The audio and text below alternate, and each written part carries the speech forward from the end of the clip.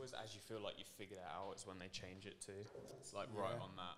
Oh yeah, perfect. We know what we're doing. And then Matt's like, nah, that's not going to fly anymore. We need to do something else. Yeah, because Instagram's like changed dramatically as well, right? It used to be a lot easier to get traction on your page and photos and whatnot. Now it's kind of what the formula's changed because of TikTok and. I'd actually be curious to pick your brain on that because I feel like you've been on. Well, you're a little bit older than us, and you've been on Instagram a bit longer. Yeah. So I'd be interested because I talk to a lot of people who have been on Instagram longer than me, and they're like, it used to be way easier to like build an audience as whatever. As nowadays, it's like, fucking hell, you have to put in so much extra effort on top of what you're already doing to actually get any attention. But that could be. Yeah, no, it used to be. In terms of my experience, anyway, like starting off, I got to Instagram fairly late still though, because I was on Flickr for years. Okay. And then some people were saying, "Oh, yeah, you need to hop over to Instagram because that's like the way to go and stuff." But I was very consistent, more consistent than I am now. I was posting like two, 3 photos every day. You know what I mean? Yeah, we are recording, but if we just with your mic, you pull it in. Yeah, no, that's good. But I reckon that'll be. We'll start off there. Yeah. Go back. Is that all right? Yeah, that's sound. Yeah, I don't want to. I was watching some podcasts. It was last night, a couple of days ago actually. Yeah, I was watching yours. No, where you was promoting your book, your exhibition. So it was like the first episode. Then. Yeah. I was watching that the other day. Just getting a feel for it. Nice. Mad. Right. Okay. I'll introduce it now. All right. Cool. All right. Nice one. Hey Ty, how's it going? Yeah, not too bad, man. Not too bad. Northampton photographer extraordinaire. Says you, man. Says you. You built up a whole thing here, man. PHOTOMAFIA Studios. I mean, the room was already here. We just stuck stuff to the walls, it feels like. But yeah, I feel like we've started this podcast before the cameras were rolling about 3 times. Yeah, but we've been speaking for about what, half an hour. Yeah, about some nice topics, but you know, everyone know that now, so it's a bit of a mystery. But we kind of started on a bit about early social media. You talked about Flickr, which is a word I've not heard in like. Oh really? I think I briefly used Flickr when I very, very first started photography, and it was like a ghost town by the time I got there, like dead platform. Like, yeah. So I'd be curious to know. I mean. So when I first got into photography, Flickr was like my go-to sort of thing, just to upload and get a bit of traction or a bit of sort of feedback from my work. That was the first place, like online wise, my sort of go-to at the stage, where I sort of like found a lot of my inspirations at the time. But it used to be popping back in the day. Like, it used to be the thing. Like I know, I know Ren Hang like popped off on Flickr originally was how he like people blew up off of Flickr, which sounds mad now because nobody uses it. Like nobody even talks about it. Like it seems wild. But it also like I remember when I first found it, like I was already on Instagram and then used it on the side, and I was like, man, it's got so many things for like organizing out stuff. It seemed actually better than what Instagram was. It is great. I think. Well, at the moment, I just use it as like a photo bank, but that's it. Like, if you put a photo up, you're not going to get any sort of traffic at all. I think Instagram is pretty much like absorbed all of that sort of the whole attention, and you know, this is the place to go to now. Instagram has sort of dominated that. But yeah, even like Ren Hang, Lucas Wasbowski, Synchro Dogs, when they were like first posting work. I was still sort of amongst it, and I was sort of checking out the work at the time. I was like, oh, you know, who's this and stuff. So I kind of saw that incline from those sort of early photographers, which was great.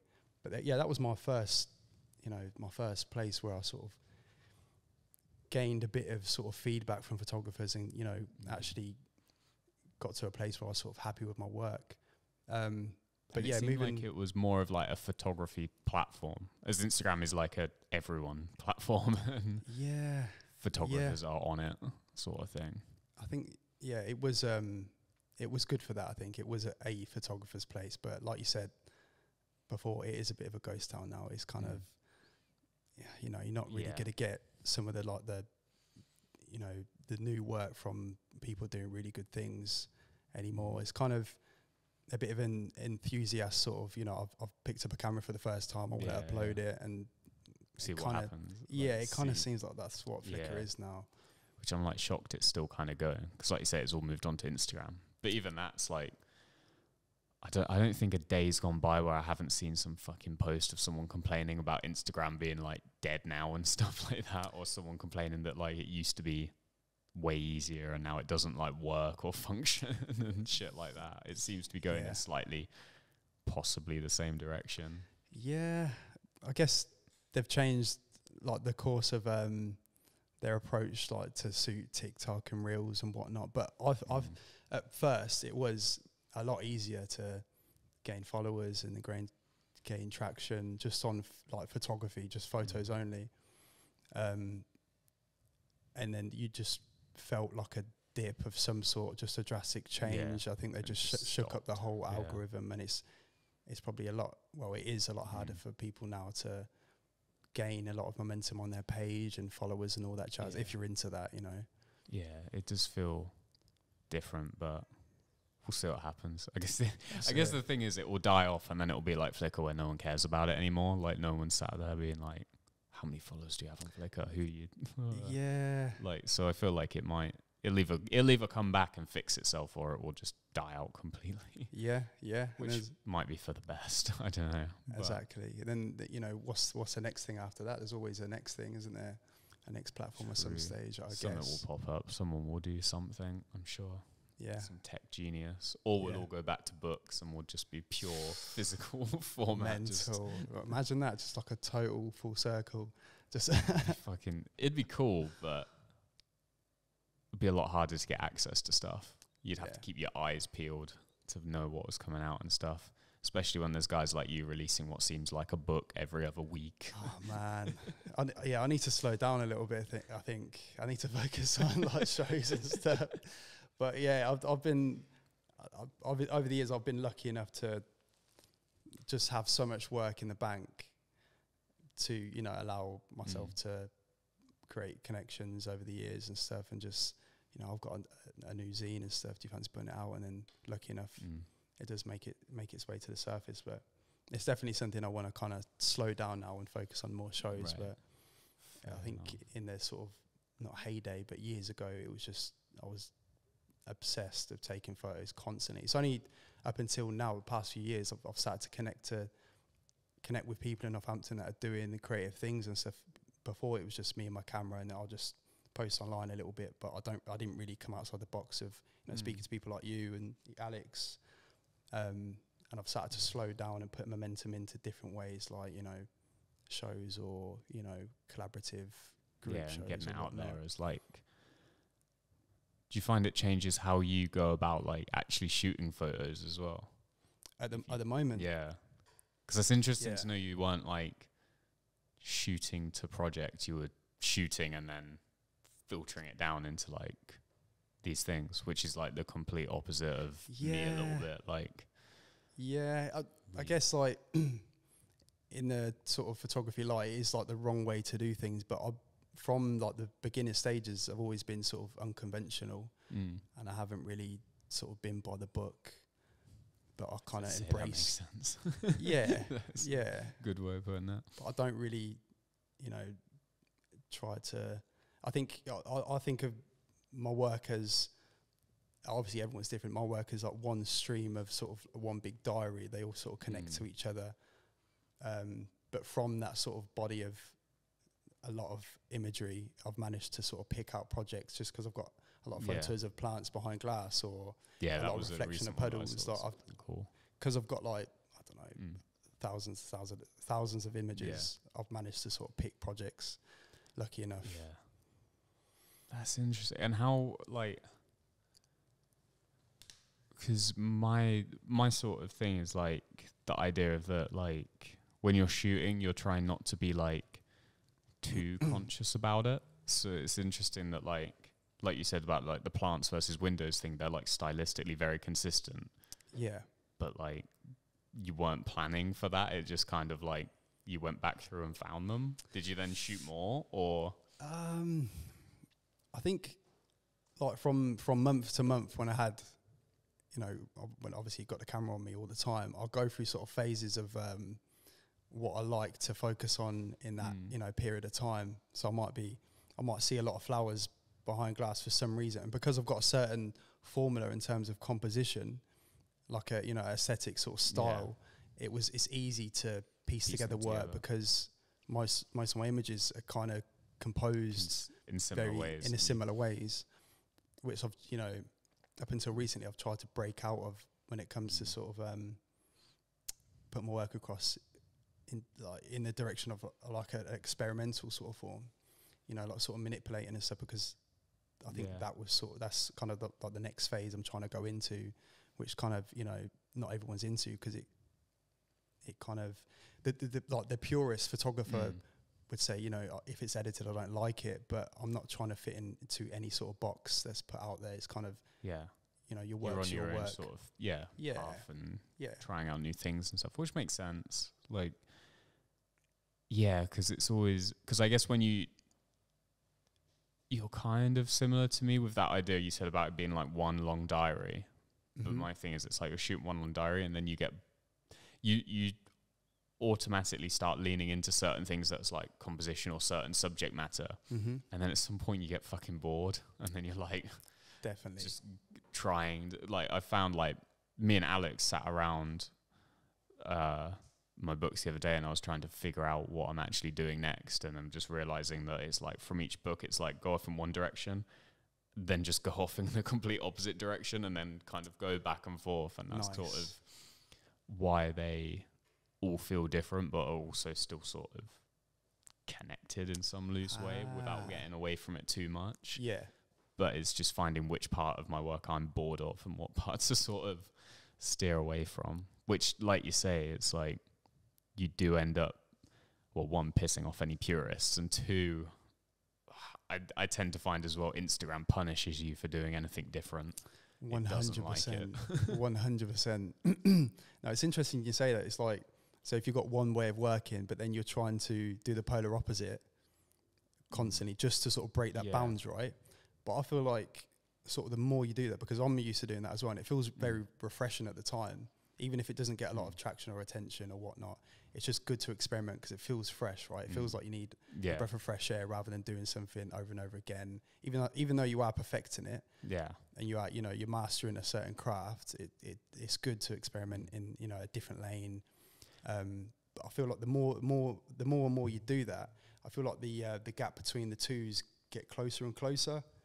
Yeah, because you start filling in sort of the blanks and the unknowns, and then it tends to be random stuff that you're always pulling back to sort of a central core. Like you go off in one direction, and there'll be like one tiny thing about your project that you're like, oh, I should keep doing that as I go forward, like feed it back in, and then you start noticing similarity. As much as you try and get away from it, your mind works in a certain way. Of course. Like you're always going to unintentionally do kind of similar-ish things because it's just what your brain falls back on. Of course, and you're you, right? You're you, on me sort of thing. Like your work's going to have a certain level of it's going to have a stamp of some sort that represents you, no matter what. Even if it's just like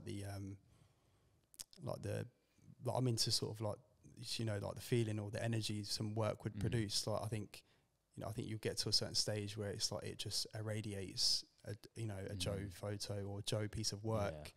I think you go into that sort of that sort of mind frame where it comes beyond the photo. It's certain feeling that you're trying to capture rather than just the face value. Yeah, and almost breaking away from that.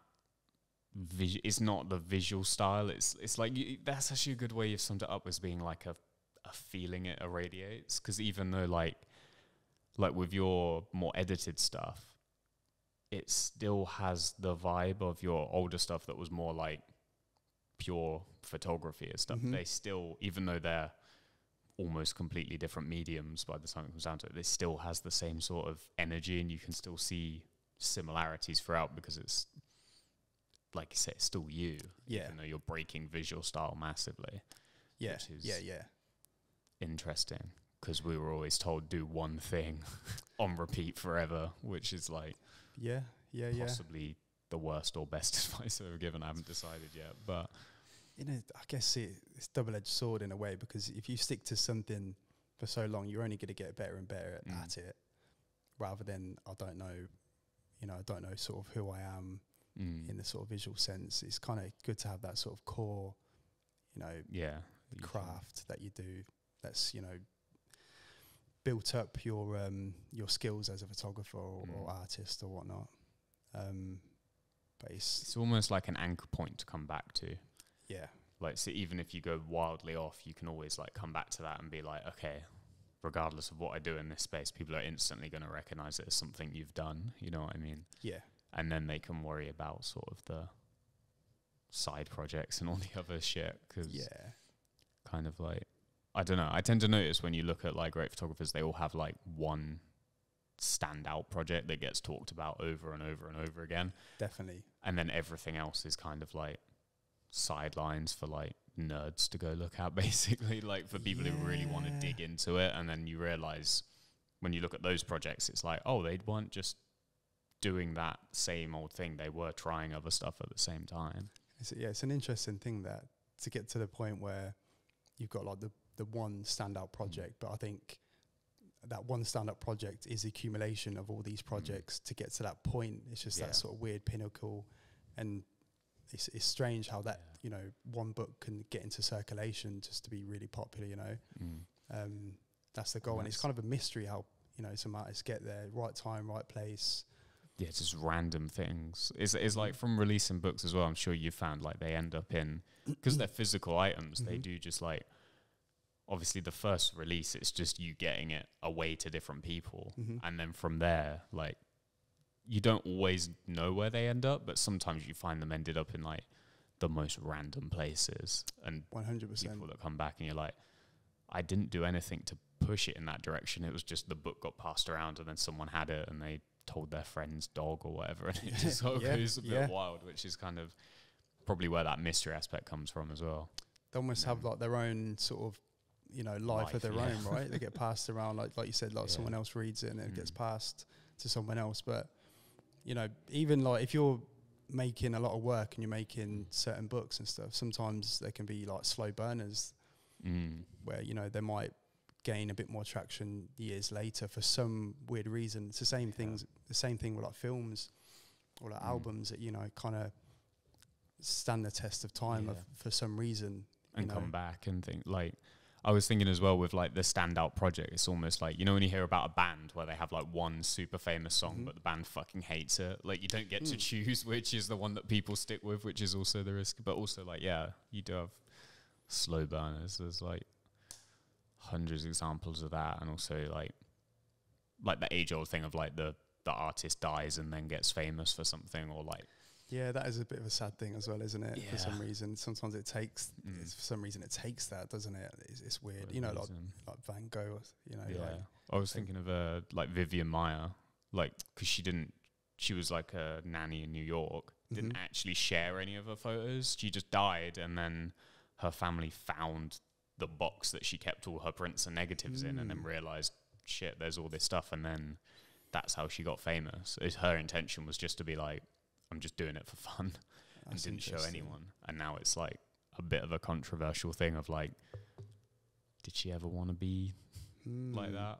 Or like Francesca Woodman as well as another example of like, she died very young, but just had all this archive work that her parents sort of pushed out there and stuff. And it's an interesting thing. It's an interesting thing. It's almost like, you know, is the work really good because it was kept in sort of a raw space for her, like it was something very personal. She wasn't trying to do it because, you know, she wasn't trying to make a name for herself with her work. It was just very raw and pure, which is almost like that's what you want, that true essence. With there's no like showing off to try and be like, I'm trying to make stuff that people will think is the shit. I'm just trying to make stuff that's trying to I like, or I'm trying to prove a point or something. Yeah, very, very real, rather than watered down or sort of tampered by people's opinions constantly. I think once you remove all that, you know, you got to get the best work, aren't you? You know. Yeah. If you're. It's also the scariest work to make because you're like, potentially no one will give a shit. Like, you know what I mean? Or like you said, like with when you started editing stuff, like purists being like, the fuck is this? Or like, things like that. And but sometimes it goes the other way. Like, my fucking old ass project that you for some reason loved. Oh, is like the other one where it's like, but all the people who knew all my other work were like, what the fuck is this? What really? Yeah, they were like, this is, huh? And it's like, but then met you and tons of other people through it. So it's like, it's good to it's good to risk sometimes. It's good to throw a spanner in the works, because I had a similar thing. By the way, that I love that project as well, just because it's different, isn't it? You're going into new territory. You know, you're not trying to fit into a certain space just because it looks good. You know, something that we were just talking about earlier. And it's weird because it's like you said, just because it looks good. The visual side of it was like the very last part. Like there was no, like the only reason it looks so colorful is because I turned up the contrast. Yeah, that's like there was no like color editing done. But before I upped the contrast and maybe like up the saturation a little bit, the color scheme was actually like pretty much brown and gray. Oh, really? Like super muted. It was just those colors were like latent in it, and when you turn it up, that's when you got weird. And it's just like luck that they were all sort of nice-ish color schemes. Like it just sort of. So there's like colors like hidden behind there. You had to sort of push them out. Because it was a laptop screen, so I guess they are like the RGB lights, aren't they? So even though it was hands, that'd be this color, it was made up from like red, green, blue, or whatever. It was just when you turn up the contrast, it would just bring out whatever the actual lights were producing. It works really well though. I think it's because you don't really see anything like that. I remember walking in with Dante, my cousin, and he said like he's never seen anything like this. I think when you get to a certain point, I've met Dante several times, and I think that day, the day where I first met him, you were like, "This is Dante," and he was like, "This is really cool." That's the most words I've ever heard Dante say. Yeah, he keeps himself to himself. He's got a lot. He's got a lot of good. He's got a good eye on him. Oh, Dante's photography's fucking sick. Yeah, it's nice. Like really, I remember, I think it was at Delve, and he'd put up 2 photos that just paired so nicely. It had such like a feeling to them. Yeah. That even now I can't really describe why. And I think my mum was there, and she was like, "What's your favorite bit?" And I was like, "It's Dante's." And then she was just like, "What?" I was like, but I couldn't. I don't know. Like sometimes you just see stuff and you're like, "Fuck." 100%. All film as well. He's got like a bank of work as well. A lot of work. I've been trying to sort of persuade him to put out there. Even the Brown Owl, actually, they're really interested in making a zine with him. It was pretty much ready to go, but you know, that's another sort of story. Yeah, he's very talented. I think from Ken as well, Dante had some of my favourite stuff. Yeah, he's got some. There was a picture. He's got a bank of a hand on a TV screen. My hand, yeah. That was like, and again, my mum was just like, "Why do you like it so much?" I'm like, it's cool as hell, right? Just fucking cool. Yeah, I remember the moment. I remember. I think it was years ago. I think I just got back from uni, and that was like prime film, 35mm, sort of time for both of us. I think we might have been a bit stoned or whatever, and we saw this game show on TV. It's some retro 80s. I don't know what it was. And we said, "Oh, just pause it." We used to just take photographs of anything just for sort of aesthetic values. Yeah. So you got the TV screen, you can see all the pixels. He had a tie on, didn't he? Some 80s tie. And it was like old dude. Yeah, it just looked. Yeah, like even using just for aesthetic but they still feel real, like from a diary or something. Like I don't know what it is. Like I don't know. It felt like the pictures you wish your personal archive had in them, like these sort of things. Like it was just fucking so sick. Like I mean, me, Dante, and Jamil, obviously 3 cousins, but we're like brothers growing up, and you know, like that's us 3 together is pretty much my main source of inspiration. I think even like Jamil's mind. That is a lot of creativity going around between just you 3. Like already, that's probably.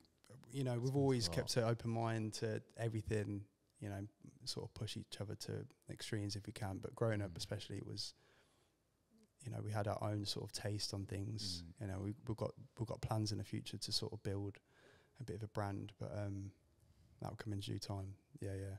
Nice. That sounds exciting. Like Jamil's work's fucking sick as well. Like that's. Yeah. I mean, I'm not qualified at all to even comment on it because it's painting. It's completely out of my wheelhouse. But you can still show appreciation. I guess like if you appreciate something visually, you can still have an opinion on it. But again, I wouldn't even know what. Like I feel like with photography, I can say a little bit more because I actually like. Feel like as painting, I just feel like I know what you mean. Actually, I know what you mean. I'm a bit the same. I can just go as far as I like this, but anything more than that is kind of I know what you mean. It's out of our sort of lane, but they're all kind of connected. Art in general it's one big body. I feel, and it's like when we did like the Delve show or like. With the Ken show, it's like you said, there was so many different visual styles going on, but it all still felt pretty. What's the word?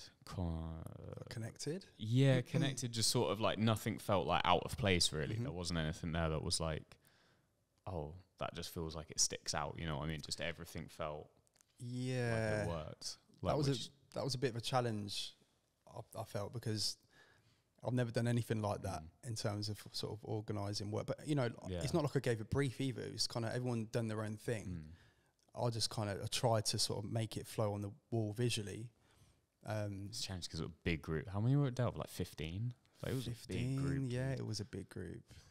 Next one's bigger as well, isn't it?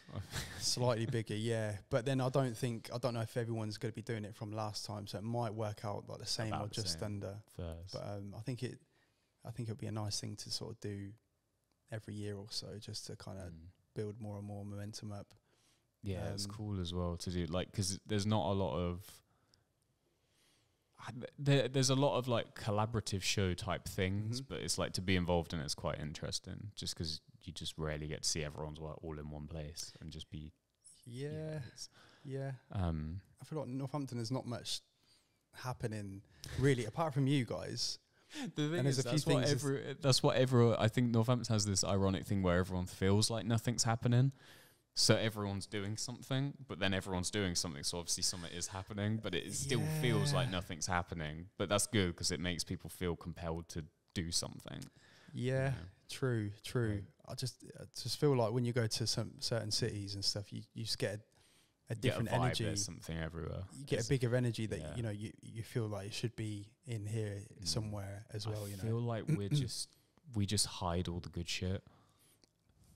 Just like what Delve was hidden under another artist behind about it. Here's above a gym, like true. I know what you mean. It's like if you know, sort of thing. Yeah, like everything's sort of a bit tucked away. The Garibaldi's on some random back street. Fucking the old skate shop used to be above another shoe shop that you had to like go up the stairs behind the counter. Like it was all. It's a good way of putting it. Yeah, I feel like that's always been sort of. I don't know what ingrained that in our mentality to keep hiding stuff away. even at like the highest level, near the train station they put up big banners and it was like the Midlands best kept secret, and then it would show off what's going here. Like I think it's just a Northampton thing where we're just like want to hide it. We don't want to be too flash. I don't know. I think maybe you're right. It's kind of there is always something popping off, but I don't know. It's kind of it's an underground sort of charm to Northampton, maybe possibly, because there is. I feel like the further you look and you find out about these events, there's another place or another event that you never heard of is happening. But they're not kind of. It's not it's not fully connected yet, where everyone's kind of speaking. And I feel like that was like me and Alex felt that as well, and we're trying to interconnect it a little bit more. Like I don't know how well we've done, but like. You're definitely on the map. Like everyone knows that. Yeah, PHOTOMAFIA here now. I feel like you're getting more and more traction over the years. People know about us, but I think the main point wasn't just to bring people to us. It was to be like, so hopefully through us they'd learn about, like you say, you go to one thing and then you find out about a different group of people doing something. Like just creating those connections, because like especially when we were in uni and finished, it seemed like there'd be someone over here doing cool shit and someone over here doing, and no one communicating at all. Just everyone. And I imagine it probably comes because we're one of those towns where everyone wants to move away. So it's like there's people who start doing cool shit, and then as soon as they get to a certain level of cool, they then go in completely opposite directions to other sort of groups. Yeah, I agree. Obviously London is a big attraction for a lot of creatives. It's only an hour away. Oh yeah. I feel like, and Birmingham as well is the other direction, an hour away too. Yeah. So we kind of have the two biggest cities down this side of the country, just sort of siphoning people off, basically. Which it's a good way. It's a good way to put it. I feel like some of the photographers and artists in London doing very well. They're not from London originally. It's like everyone moves there and creates that sort of creative hub. Yeah, which makes sense. I mean, it's like you say, you get a vibe from certain places that things are happening there, and when you go to London, there's stuff's happening everywhere where you look. And I think constantly. It's kind of, I guess, especially in the photography scene as well. Like people are like, I can't take pictures in this town. Like there's nothing going on. Like you get that from like when we were at uni, just people being like, we have to do a street photography project. How am I going to do that? And it's just like, I think photography is shown in the wrong light then sometimes, where you kind of, you're told that you have to go somewhere spectacular, you know, or, you know, sort of on the map architecturally or something. You can find inspiration anywhere. I think that's going back to sort of like not sticking by the book on being a bit unconventional. You can make something happen from your bedroom, you know, or your back garden, or just a walk down the street. I think if you can find inspiration from anywhere. Yeah. That's that's like working out that visual eye and that creative muscle, isn't it? Just trying to keep it sharp. So when you do go somewhere that's actually really cool, hopefully you'll produce somewhat better than someone who's not practiced as much. 100%. And also, like, you never know if you're going to end up somewhere that's quite challenging to take photos. And it's just hopefully you can get in, like, hopefully you can get to a level where no matter where you go, you'll be able to capture a decent or interesting image, you know what I mean? Yeah. Which is sort of the that's the challenge, isn't it? That's the challenge. I feel like I've got to a place now, not where I'm bored, I can still take photos, but because I've delved into the experimental route, I feel like it is another sort of world in its own, where it's, you know, there's a lot more inspiration for me because I've done so much, you know, at sort of ground level. It's that curiosity, isn't it? Because it's not fun to take a photo if you know exactly how it's going to turn out. Yeah. Unless you're working in like, I think it's fun to work like that when you're like testing your knowledge or like working on like commission stuff. Obviously you somewhat need to have some level of control. But I think for like on like an art level or like personally, like I had the same thing. You get to a point where it's like, well, why would I know what it's going to look like? I know what the final image is going to be, and there's not going to be any like surprise. It's true. So what's the point? You get to that brick wall in a sense. I've faced that many times, like, especially like if you're working with a slight composition, you're working with a certain formula, and you know exactly how it's going to come out visually. But I think it's best to sort of tap into feelings then, because I think anything you take is going to sort of bounce off that a little bit, where you kind of, you know, how am I feeling today, or how does that make me feel? Tap into that sort of mind, because I think when you tap into that, it's a bit more infinite rather than strictly visual. Yeah, and I think, yeah, I don't want to get too like thinking about that, but that's interesting you said that, because I had a thing where like I had a pretty rigid visual style for the most part, and it became kind of like almost like a limitation, because I knew what it could express really well versus what it was not built for too. And it's like you say, tapping into the feelings, like certain visual styles don't get across certain feelings no matter what you do, like, so it's like that's where you reach sort of the outer limits, and that's why I've kind of looped around in different directions. And it's interesting because like since I moved out of that, those two, or the project that's pretty much finished / might be out by the time this comes out versus the project I'm working on at the moment, so I delve much more into like feeling and stuff like that rather than visual, and almost feel visually like a sort of more straightforward approach rather than a sort of style that I've built up. And concentrating more on that sort of layer underneath and getting that sort of nailed. So that's interesting what you say, because I'm like, actually, it kind of like, it was one of those, like, you know, when someone just clicks, I'm like, nice. But yeah, like you said, that sort of underlayer of work, I think, you know, that's where the sort of bigger realm, or the, you know, infinite realm, or whatever you want to call it, is, you know, I think anyone that's got into photography or art and stuff, you know, you it's a state of freedom, isn't it? And you know, you feel like it's boundless. So to get to a certain brick wall where you feel like it's not, you know, I think you just have to sort of alter your mind a little bit, or just take your understanding of it to a different sort of perspective, just to open it up again. And I feel like the more and more you dive into it, and the more you look at these underlayers, the bigger it gets, and the more sort of rabbit hole-ish it gets in terms of, you know, why we do this. And I don't know, like, obviously, you know, if I'm getting a certain photograph, why does it make me feel this certain way? And just really tapping into, you know, our own minds, because it is something that's, you know, forever inspiring. Yeah. And like you say, it's always like you say, your own minds, it's always at some level an exploration of yourself, like especially with photography, because you have to be there to take the photo of it, you know what I mean? So it's kind of that sort of rabbit hole. That's why those sort of brick walls feel so fucking like, fuck. Yeah, and you just feel a bit sort of, I've got to this stage now, I don't feel inspired, don't want to, and how am I going to pick up the camera again, or how am I going to carry on making work? What's the next sort of choice, you know, or decision I'm going to do? To, you know, like, to move on with my work and, you know, who I am as an artist. But experimental is I think that's the way to go, because, you know, like, the more you experiment, whatever feeling you get from that, you know, when you sit down with it and it's like, you know, I feel differently about this work compared to this work, the more you sort of understand different aspects of you. You know, if you're doing different lanes, but ultimately it's still you. But I feel like you just get a bigger sense of who you are, and you can understand. Yeah, you can contextualize your work and who you are a little bit better. And the more sort of powerful it gets, in a way.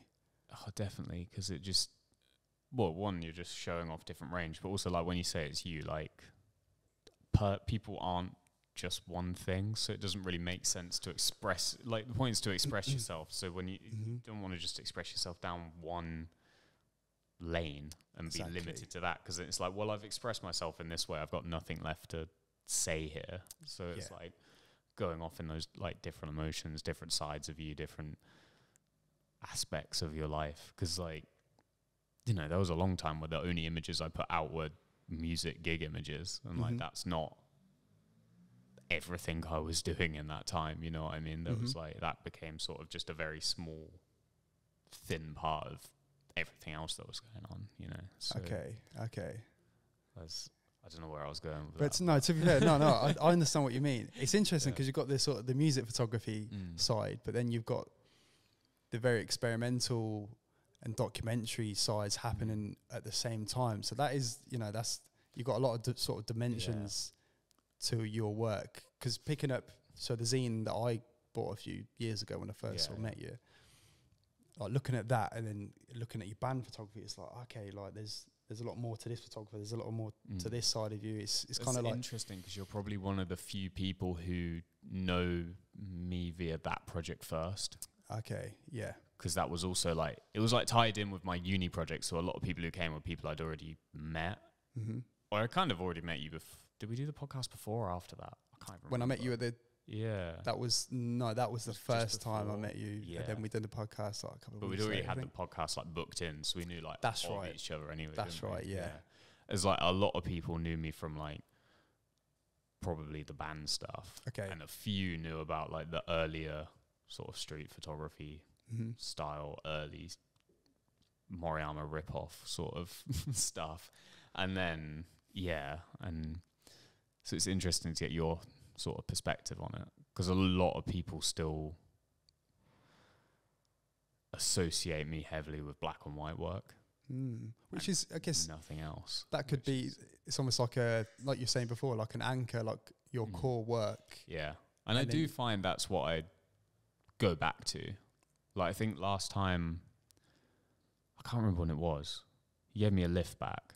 And that's when I was like, I'm fucking done with that style. I'm like over it. Yeah. But like the other day I shot a few more and that like come back to that new style, and it feels new again a little bit. Yeah. I think I came back to it too early because I shot about 4. There was one good one. Oh, really? And the other 3 I was just like, fuck, I'm going back. No, fuck this. Like, but yeah, I get that as well. But I think like when you experiment, when you come back to the core, it feels different a little bit. It's almost like you ventured off. You know, you've done this, and you're coming back to. It's almost like you're coming back to home, but with a different mindset. It's like, almost like when you go on holiday, you go traveling, and then you come back home, right? Yeah. You've got like a different mindset on your foundations of whatnot. But it's interesting when you make completely different work, project after project, like you are, because it builds up this, you know, if I look at you as a photographer, it's like I can't place you, you know, because I think it's very easy, or a lot of people tend to, you know, oh, he's this photographer, he does this. It's like I put him in a box straight away. But what happens when you can't put someone in a box? You know, they become this sort of unique entity where you become a bit. I don't know. I can't put my finger on it, and it's almost like fascinating. It's like I said. I think like you saying can't put it in a box, but actually, like I said, like me and Alex were sat with them trying to sort of figure out, like you said, there's that whole aspect of it. Like it's you who made it. It's you. There is definitely connecting threads. Of course. Through all of it. So I think the box then not becomes like each individual book, but there's like a box around it kind of thing. It comes a different shape with more dimensions, I guess. Different sides. Octagon. Yeah, but it's interesting because not a lot of people see every single project. They see one or two, and there's some projects that are only seen by like a very few people. Some projects get seen by more people. Some projects get seen by a completely different crowd of people because they get put out in different places and stuff. Like it's 100%. It's just sort of, it just makes it really hard when someone also then, because I think then it comes to Instagram and you have to be quite like, this is it's like you say, it's hard for you to pin me down. It's like, yeah, same here. To like concretely say like, this is what I do, you know what I mean? But also at the same time, I don't think I want to be too concrete because I get bored as I do. You just get a bit like, fuck, you know what I mean? It might suit certain people. Maybe that's their path. But, you know, for someone who's just curious about making work and how they can evolve the work, they almost have to experiment. Like you were saying, if certain projects reach certain, you know, different audiences. I think it was the first sort of experimental book I put out, Aesthetics. Yeah.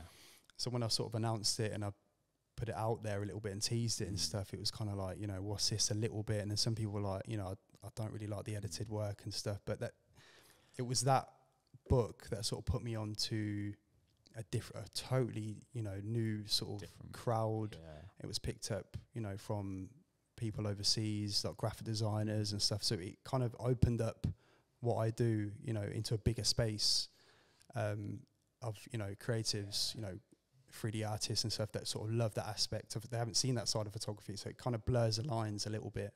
Yeah, and says like, what's next? It's like I feel like also just photographers are quite purist. Like digital came out and everyone was like, that's not photography, all that sort of stuff. Of course, you've got to have that a little bit, I guess. You know, there's going to be some. This is what photography is.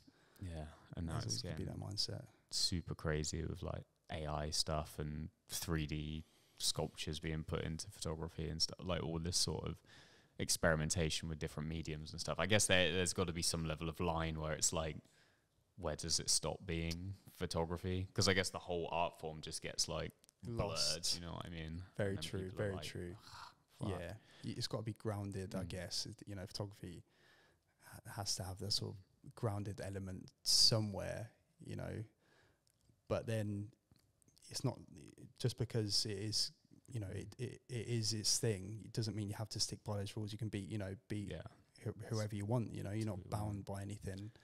Freedom is the game.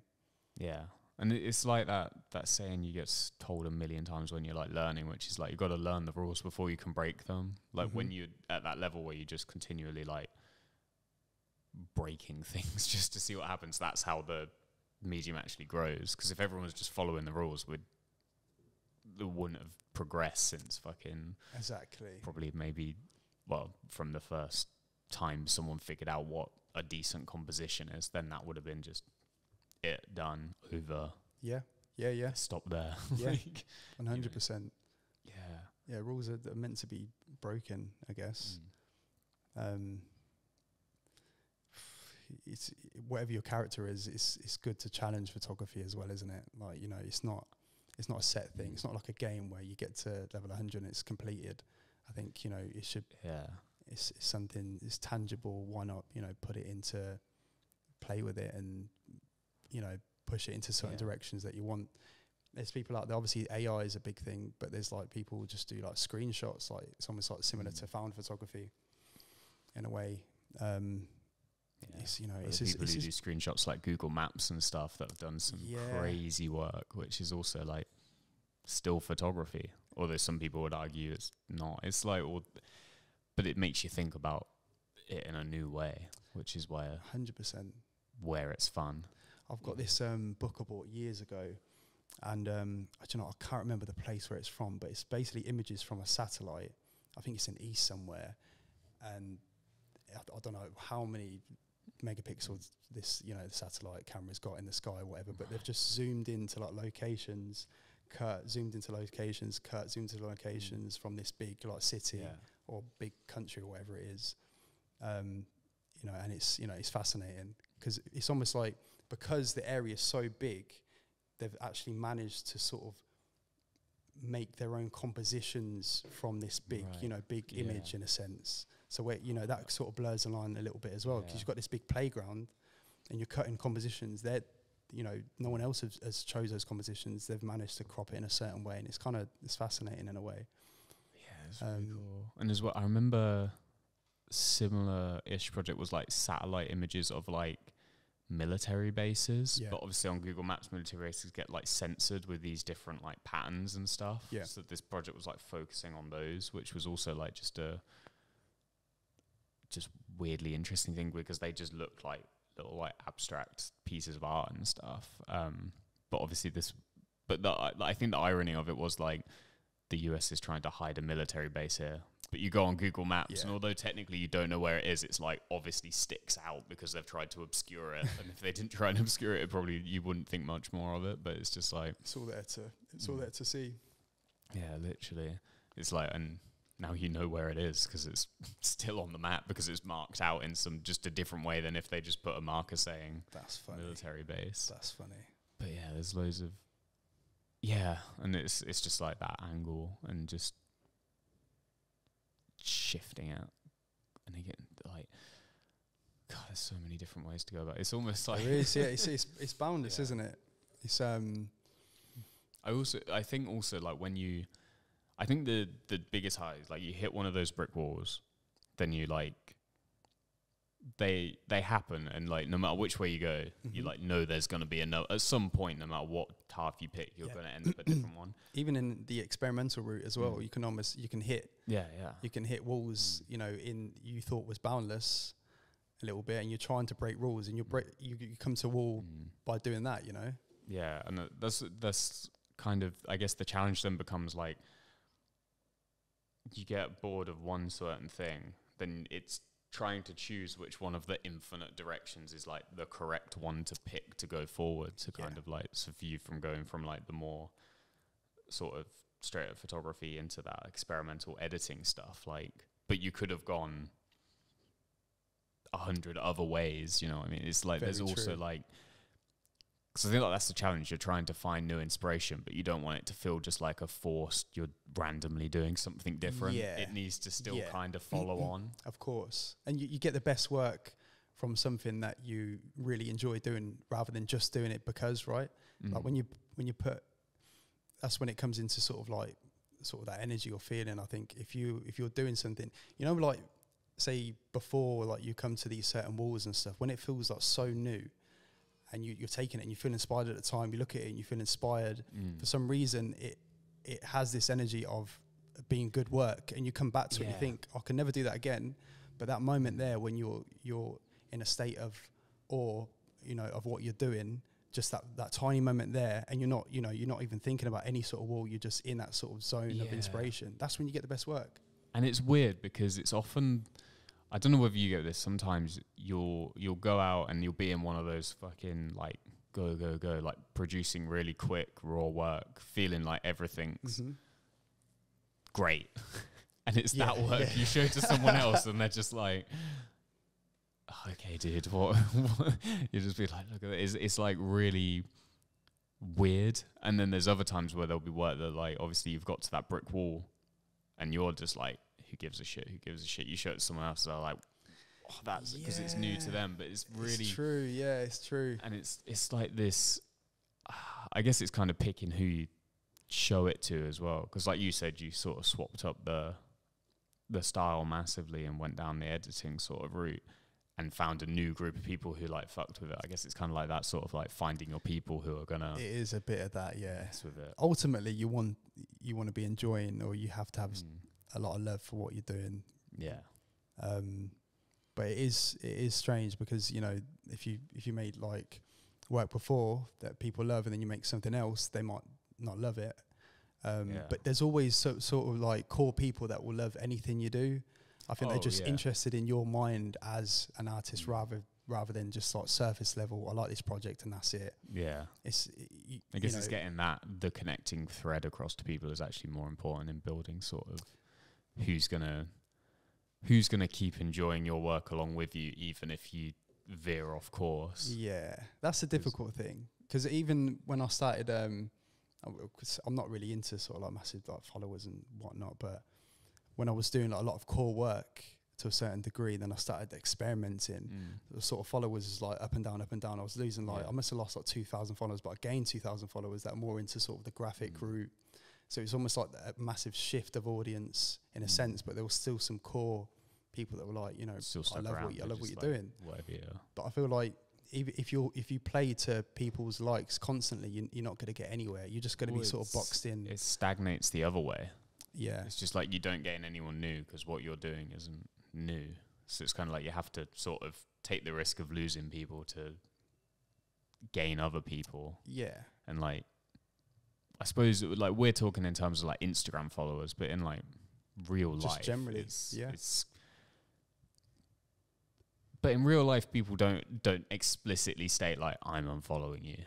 You just might not hear from them for 8 months. You know what I mean? Like, I guess that's like nowadays we kind of deep it a bit more because we're like, shit, 2,000 people unfollowed me. But in real life, that's probably you wouldn't notice the 20 people who stopped looking at what you're doing. 100%. If you weren't shown the numbers and stuff, you probably wouldn't care about it. It's kind of exactly, and it's not something that I generally, I didn't care. I don't care about those sort of things. But it's almost like if you relate it to real life, like if you're going through different stages in your life, that you're gonna meet people in that stage of your life. Then you might lose a few, then you might meet another crowd a little bit in terms of just work or whatever it is. You sort of like you're gonna get a little bit of different sort of radius of people of some sort that gravitate towards you just because your life's gone that way.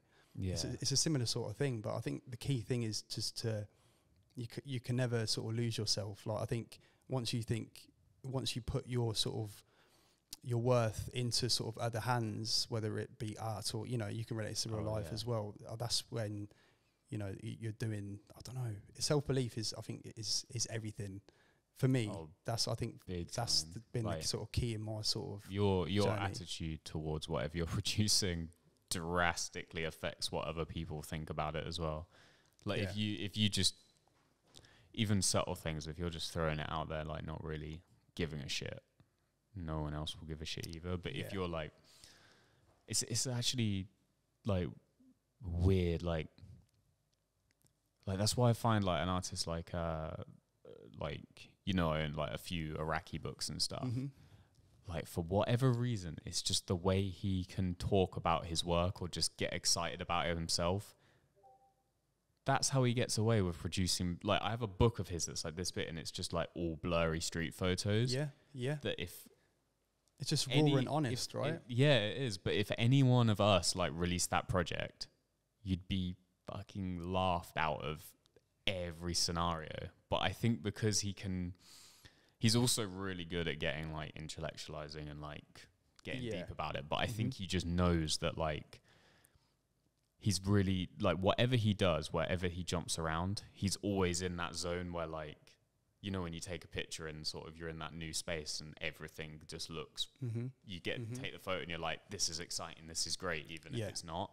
He's constantly maintaining that space when he then tells someone about it. And having that and you can see it when you see like BTS of him going and stuff. And I think that's like partially the key for it, and not getting like, even though there's work that's like older and you're not as stoked on anymore, you still have to be like, you still have to find the sort of that magic in it somehow. 100%. Like big players like him have kind of set at like a benchmark. They're sort of, you know, they've kind of shaped photography as we know it a little bit, I think. And done a lot of the hard work of figuring out how it actually like functions in society as well, is what he's like really sort of nailed, is like how people, and not just like function in society as like adverts or whatever, but how normal people interact with photography as a thing, which obviously it was like a lot, like he's pushing 90, like he was about during when people still had family albums and fucking actually had photography from a camera, as nowadays it's like shifted slightly different, but it's like him sort of Nangolding new topographics as well to a certain extent. So it's like Stephen Shaw, the Martin Parr have kind of William Eggleston. Yeah, that's another key one. Like, I've sort of nailed how just like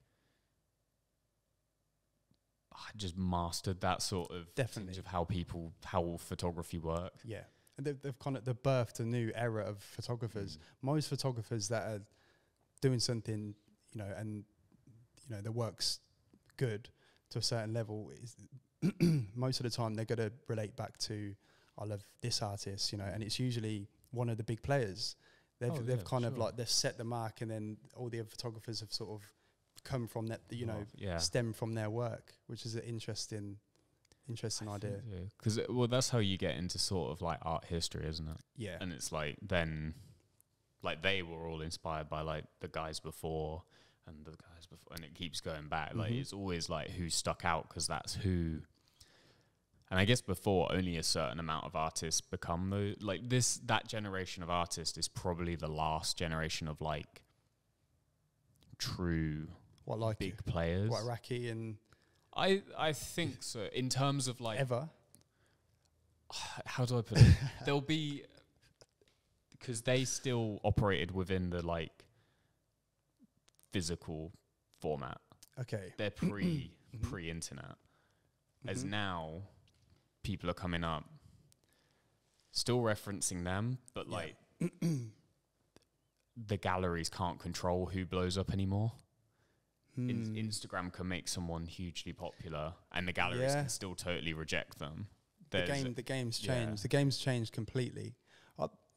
It is a weird one where it's like you could think where, you know, they're the last sort of masters of some sort, but I don't think they'll be the last masters. I think it'll be the last time in art where once all the dust has settled from that era, we can easily, like now we can go, okay, we made a list of 5 like grades. Yeah. And there's, from that era, there's not many more of them. Like we missed a lot of names, but like it's still like you could probably fit them in a room. Yeah. Yeah. As I think for this like generations afterwards, there's going to be like 300-400 people that people will argue over, because they'll just be people who blew up on Instagram, who are popular through YouTube, popular through different means, other than the traditional oversaturation methods. A little bit.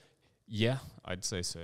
But and also the people who go through the traditional route of galleries as well. So you'll have like it's like art history. It's like trees out constantly, and you have all these different movements within it that we've always kind of like, art history is kind of like more about just like picking who's important, so a lot of people just get chucked out, as I think it's just going to get more and more chaotic, and you have all these smaller, like music has a million subgenres now, like that constantly bloom out, and I think it will kind of follow the same path. But it is definitely a weird sort of time for anything artistic at the moment, especially with like digital age and that AI sort of sinking into everything as well. it's absolute sort of chaos in a sense. And also, like, looping it back to photography as well, where the probably, and I've noticed this shift even within like the last, I don't know, since I've been doing it. So we're talking less than 10 years. People have stopped giving a shit about whether it's film or digital, as it was like a complete divide. It was a big thing at the time, I guess. It was a big thing at the time. Yeah. As now it's sort of merging back and overlapping, and it's like much more people are just shooting digital because it's like, what's the benefit of spending all the money? True. For it's almost like when that shift did happen, where it's like, you know, you shouldn't shoot digital, like, or film photographers didn't like digital much. Yeah. There was that push and pull between those two directions, but now sort of AI is coming to the picture. It almost like, you know, photography is photography, digital or film, you know. Yeah, it shouldn't be. It's created that dynamic where that's, you know, that sort of faction is coming together where it's like you have with like the sort of editing and a lot of other people arguing of like so I saw just before AI became a thing, a lot of people arguing like, where does it stop being photography and where does it just start being like graphic design, because people are going and photoshopping the shit out of images, and then like you say, AI is another. So I guess it's like, where do we draw the line between photography and other mediums? It doesn't matter whether it was a digital sensor or film picking up, recording the image. It's like true. So I guess people are just arguing about something different. People love to, you know, debate, don't they? Bitch and moan, debate on what's real, this is better, that's not, you shouldn't do this, you shouldn't do that. I think, you know, scrap all that. Sometimes the voices can get to you, and then you know, you like, you know, you don't want to do anything that sort of upsets anyone.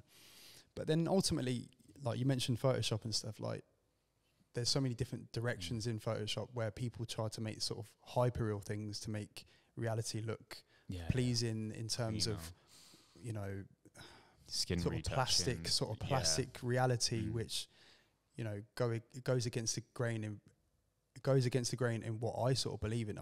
Even though I'm using Photoshop, I'm trying to do it in a sort of chaotic way, just to push buttons, you know, to not make things look great. I'm trying to create sort of a warp or glitch, and to show like, you know, there is like stupid pixels here that I'm trying to sort of show off, and I'm trying to fuck the colours up basically, and just fuck, you know, just almost like destroying the image in a sense.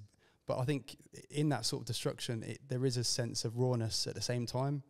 I've built up keeping something, you know, super clean and composed for so long, and I got to a certain stage where I wanted to sort of destroy that in a sense, because it got to the stage where, even though I was taking things very raw, it created this sort of sense of polished sort of aesthetic, because I was used to the same composition and making it so, you know, definitive in terms of the style I was putting across. So to, you know, destroy it a little bit was almost like a fight for the freedom within that sort of creativeness that I wanted. Sort of new direction for your sort of what you got used to and know, and that adds a new sort of, like you say, gets back to that rawness, but adds a new element. Because I've had sort of me and Alex were talking and kind of pushing possibly the opposite way, as like all of my projects up to now have explored some level of chaos. And so the next project is like not chaos, basically. So almost doing kind of the opposite of what you just described. But but it is still, even though we're going from like chaotic work, like with the project you saw, or like the gigs is all chaos, the other book is like war related stuff, so it's going back to like sort of very tranquil stuff, but that it's still, like you say, destroying what came before, because it's going against it, just to see what happens if now we slide it the other way and come back. It's important to have that. It's just rooting back to what we said, keeping, you know, the experimental side of you alive, just to keep things refreshing. But then, you know, obviously when you make a lot of work and you put all these projects together, then the next step happens when, you know, how am I going to put this out in terms of a book or a show or whatnot? That's a whole nother game in itself, isn't it? How are you going to put your work forward? Because sometimes what works in a book doesn't work in a show, and what works in a show doesn't work in a book, because they're again two completely different mediums basically, and it completely shifts it. Because like books, you have like the set order, like people can't really, well, they can skip pages, but they know they're skipping stuff if they skip it. You've got sort of like the pairings between the two, and people associate what's on each page. Yeah. It's like shows are just a completely different ball game. It's like dealing with a wall, basically. 100%. Yeah. Playing on perception. Obviously, every artist is going to be different, so it's like their approach. A lot of people go for the sort of photography, sort of the traditional route, don't they, in terms of presentation? But I think a line when of photos on a wall. Yeah. but I think it's good to think in sort of like fine art sort of directions where you can think beyond that sort of like a line on a wall a little bit and sort of play with perception and blur the lines in terms of, you know, what a show can be for your work. And how do you push what ideas are in the work that you want to get across, and like how can you use the space to sort of push that, which is, I don't know. I've always kind of leaned more towards the book end of stuff. I have a lot more experience with that, so it's like same. But I think that's because it's so accessible to just like, oh, I've finished on Photoshop, I just open up InDesign, and then I can kind of, it's so much easier to make a book than it is to be like, find a space, plan out the show. You might plan it out and it falls through. Like, I feel like it's just accessibility more than anything, so you don't tend to get as much experience with shows necessarily. Definitely. No, like you said, it's a lot easier, and you have to think about a lot of logistics with the show as well, right? There might be a lot more money to put in as well. And sometimes you don't even get to like do how it's organized anyway. Like the show you came to, we didn't even get to pick which prints got put up. Like they said, we're doing 2 from each student. You don't get a choice. Really? Yeah. We submitted our series. So like people... So there was a curator picking and selecting. Yeah, which I think was maybe one of the lecturers or between the lecturing staff. But I thought it was quite interesting. A lot of people had massive issues with it. Caused proper... Really? It's almost like sometimes you get galleries where they have like an open call where you submit a series and then they pick out what they want. Was it similar to that, I guess? But I guess you want the freedom, right? If you've got a few photos I think what it was some people were like, oh, fuck, I've got something in my eye. I think people were like, what if the lecturers pick out the stuff that I didn't like as much? Which the argument is well, why did you submit it then if you don't like it? Very true. But yeah, I think people just didn't like the idea that they didn't get to control their final output. But obviously I did the zine, so I was like, that's the one I have control over. This is how I would have done it. They can do what, let's just see what they pick out from it, which was interesting because I think the 2 they picked out might not have even been in the zine. I think one might not have been and one was. I can't remember. But interesting. They went completely opposite. They picked, if I remember right, I actually can't fucking remember. But I'm pretty sure there was one of them that wasn't even in the zine. But it was kind of like, it worked as a print, to be fair, because I'd planned it as a book more than a thing, as it wouldn't have necessarily fit in the book. But it's always refreshing to get some other eyes on your work when you're so involved in it and what you think's best. But some from the outer view sometimes isn't, you know. But I think from that, because like for a lot of those guys, like that might have been like the only thing they've done since then or like before then. So I feel like they didn't get any experience of like the thought process that goes into putting together a show. That was taken away from them a little bit. Yeah, as like me and Alex get to do a little bit of it because obviously we do these shows here and we sort of have some input on some of the shows on what should go where for other people's work. But for your own work, it's kind of not as accessible as books. But it's interesting. Yeah, no, for sure. I mean, the show sort of route is definitely something that's a bit more tangible, especially if you're used to making a lot more open. Especially if you're used to making a lot of books, I guess. But I mean, I say that, but there's infinite ways how you can present work in a book, and just by playing with layout or bending the rules that way, incorporating a whole new bag of tricks. I think it's not the same conversation as like being like bored. Like I'm not bored of bookmaking. I think there's still so much to do. But I think like it feels like, because I've done it those other times, if I had to, like, for whatever reason, like, gun to my head, put together a book in InDesign, like a photo book, I could probably do it with my eyes closed. Yeah. As like, if someone was like, if someone was like, put together a show, I'd have to take it a lot slower and like sort of be careful about a lot of things so you don't accidentally do something sort of unintentional and stuff like that. At least for my own work, but I feel like, we've done a few different things in here, but like, you've done a lot of different shows here, right? You've had a few shows, solo shows of my stuff. Yeah, 2. Yeah. Oh, 2. Which like the first one was more to promote the book. Yeah. And was like adding the prints was not an afterthought, but it was like synthesized. So that was just like 5 big pieces. That was line on wall. The second one was the one where we covered the entire wall with like 600 prints. Oh, nice. And they were laid out differently to how they're laid out in the book. Okay. Was it a sort of a random process putting up on the wall, or was it? Not random. They were on the floor for about 2 weeks. Oh, really? So we laid it all out on the floor, and then I tried to make it so that like almost kind of like a web. Oh, so okay. It was all such dumb stuff that would take you through. Like maybe there was like a light in this photo, and that would take you to the next one. And then cool. Just small visual references, or like as the book's in chronological order, at least per month, like pretty much chronological order.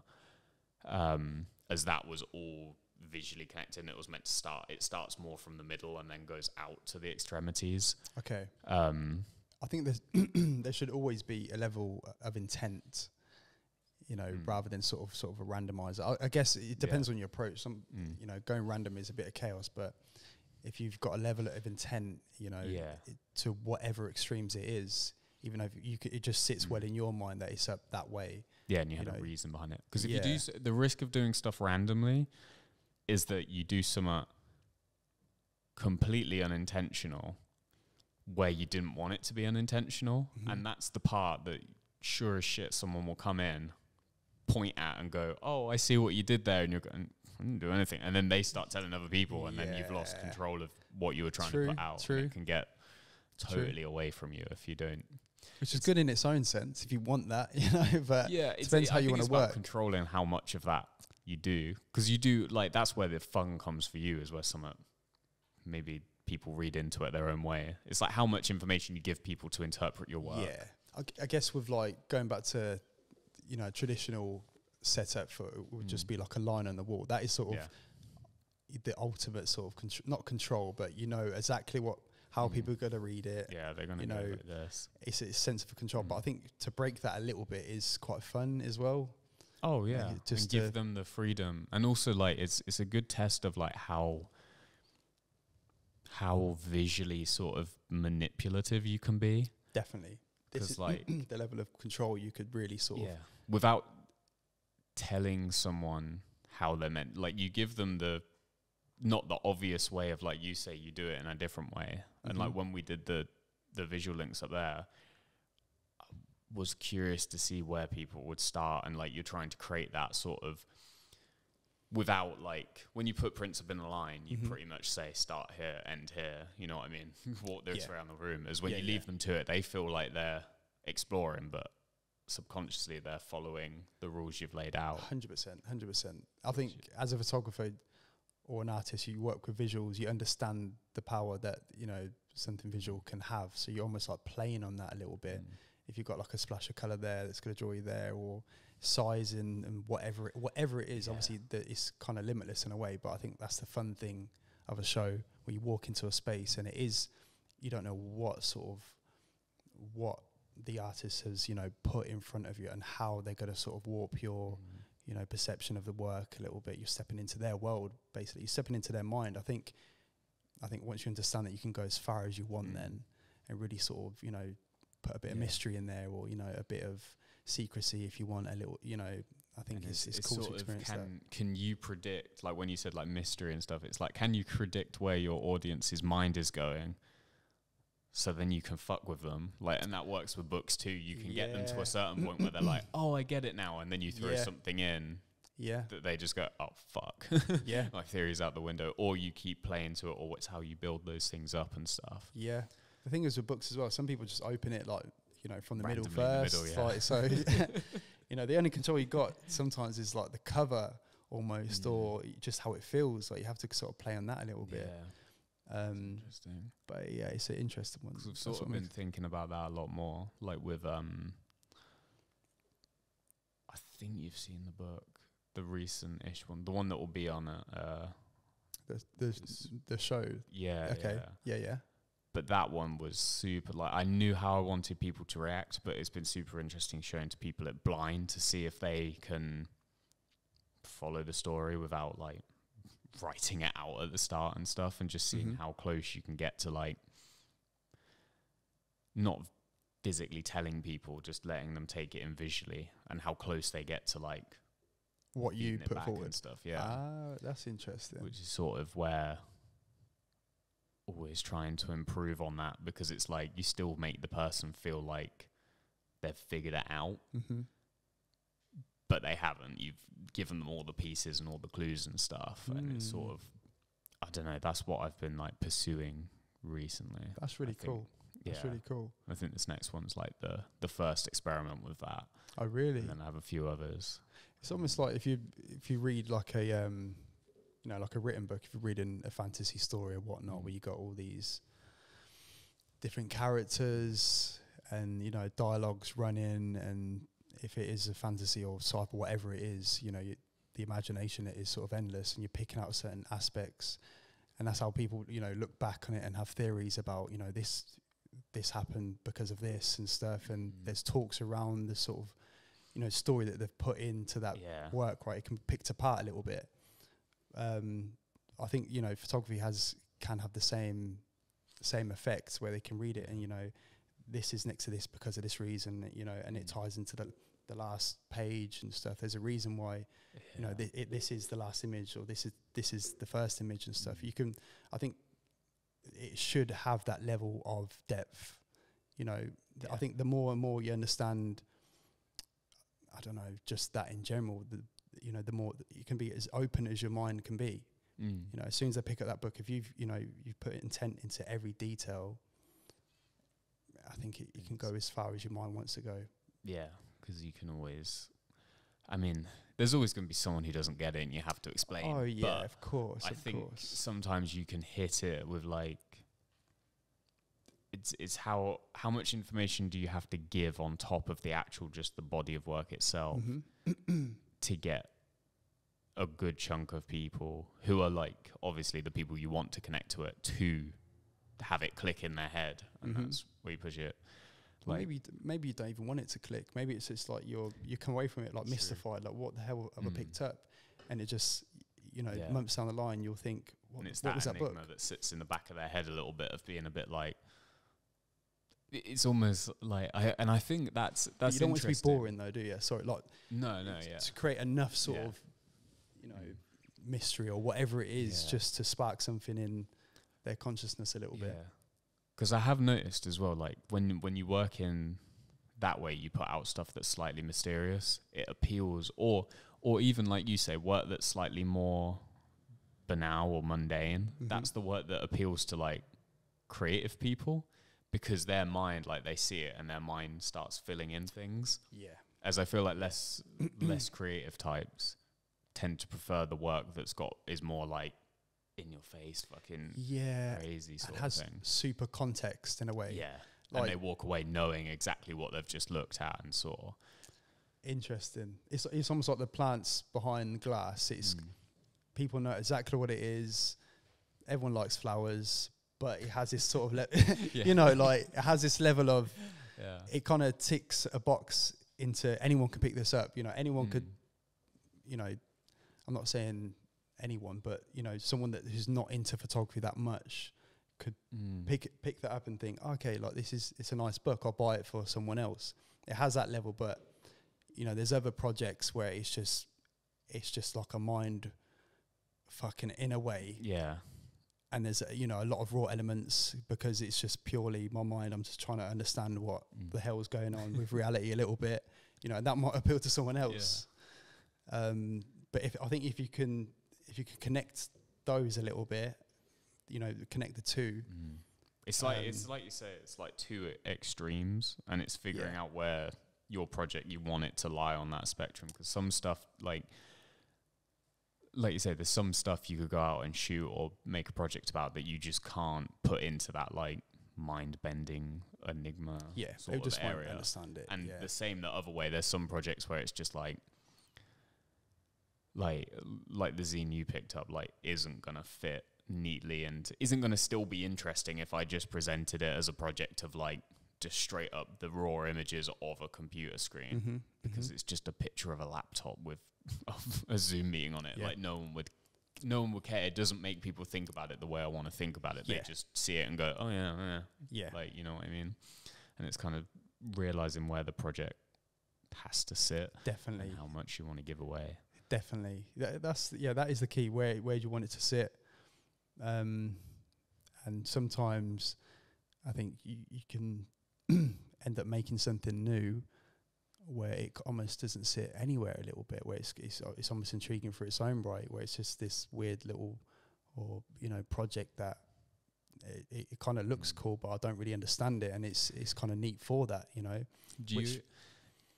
I don't know how much time you spend looking at sort of your old stuff. Have you ever had stuff that, like you say, you always have that one where you're like, I don't know what, it's intriguing, but you don't know why. Have you ever had that moment like 6 months down the line where you're like, figure it out? Or do they always just sit as little mysteries? Well, I say like sort of mystery a lot, but I tend to think like sort of life is that in a way, because we're constantly trying to piece things together to make sense of it, but the sort of when you come down to it, it's kind of just this open space. I think ever so recently, I think the Creatures scene I've done with Hikaru, that is a bit of a wacky one. It's very sort of it's very sort of mind I think mind heavy. For me with that one, it's just like the title being called Creatures. That's what sat on me, because it was like thumbing through and it's like this sort of black and white image. Like it's just, it definitely ties in somehow. Like it's not so far removed from that title where you're like, oh, it's just a random title. Yeah. And it fits, but I'm still just like, what is, like... It has that to it. It has that to it. I think it's very dark as well. Obviously, it's black and white, but there's a lot of experimental stuff in that scene as well. It's not just straight images, there's a lot of layering. I think that there's a lot of emotion pulling back and forth as well. But we're probably going to create like a volume like 1, 2, and 3 of that possibly. But I mean, I know looking back to different projects, you always get a sense of you know, you have a different mindset to understand it differently now. Like early collaborations and whatnot, like what was going through the time, it just makes me think about the whole sort of interaction with another photographer and how we piece it together differently. I think if it's got enough, what's the word? If it's got enough energy into it that was sort of very true to you at the time and new to you, that was, I don't know, it's an interesting one. Looking at past projects, because they're all sort of very personal, you know, experiences. So it's almost just looking back at my life in a sense and thinking that was that time. But you know, I think I've got to the sort of stage now where you kind of understand.